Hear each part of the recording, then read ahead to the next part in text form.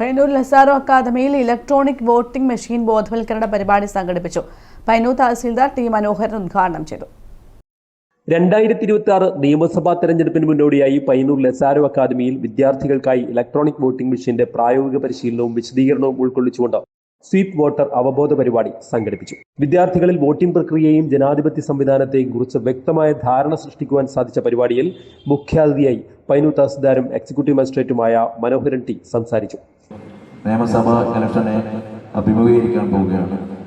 അതിൻ്റെ പ്രാരംഭ നടപടികളൊക്കെ നമ്മൾ സ്റ്റാർട്ട് ചെയ്ത് കഴിഞ്ഞു.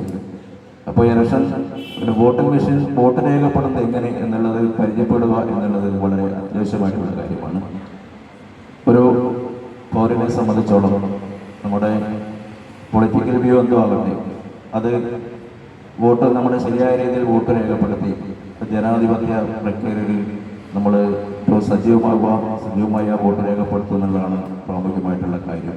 Lazaro academy managing director Joby K P അധ്യക്ഷത വഹിച്ച പരിപാടിയിൽ ലസാരോ അക്കാദമി പ്രിൻസിപ്പാൾ രവിചന്ദ്രൻ സ്വാഗതം പറഞ്ഞു. Payyanur taluk office headquarters deputy tahsildar Ramesan T P, Lazaro academy vice principal Nayana P, Payyanur station assistant sub inspector Suresh Kumar P V, Payyanur taluk office senior clerk Ranjith P V, clerk Vishnu M, department മേധാവികളായ Afais, Afida K T എന്നിവർ സംസാരിച്ചു.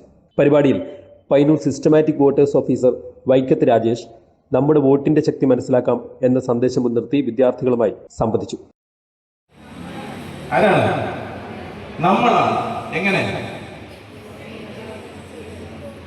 നമ്മുടെ vote രേഖപ്പെടുത്തുന്നതിലൂടെ നമ്മളെ ആര് ഭരിക്കുന്നത് നമ്മൾ തന്നെ തീരുമാനിക്കുന്ന വളരെ നല്ല സ്വപ്നതുല്യമായ ഒരു രാജ്യം. അതിൻ്റെ ആണിക്കല്ലാണ് എന്ത് ഈ തെരഞ്ഞെടുപ്പ് പ്രക്രിയ. അഞ്ജലി കെ വി നന്ദി പറഞ്ഞു. News bureau, Payyanur.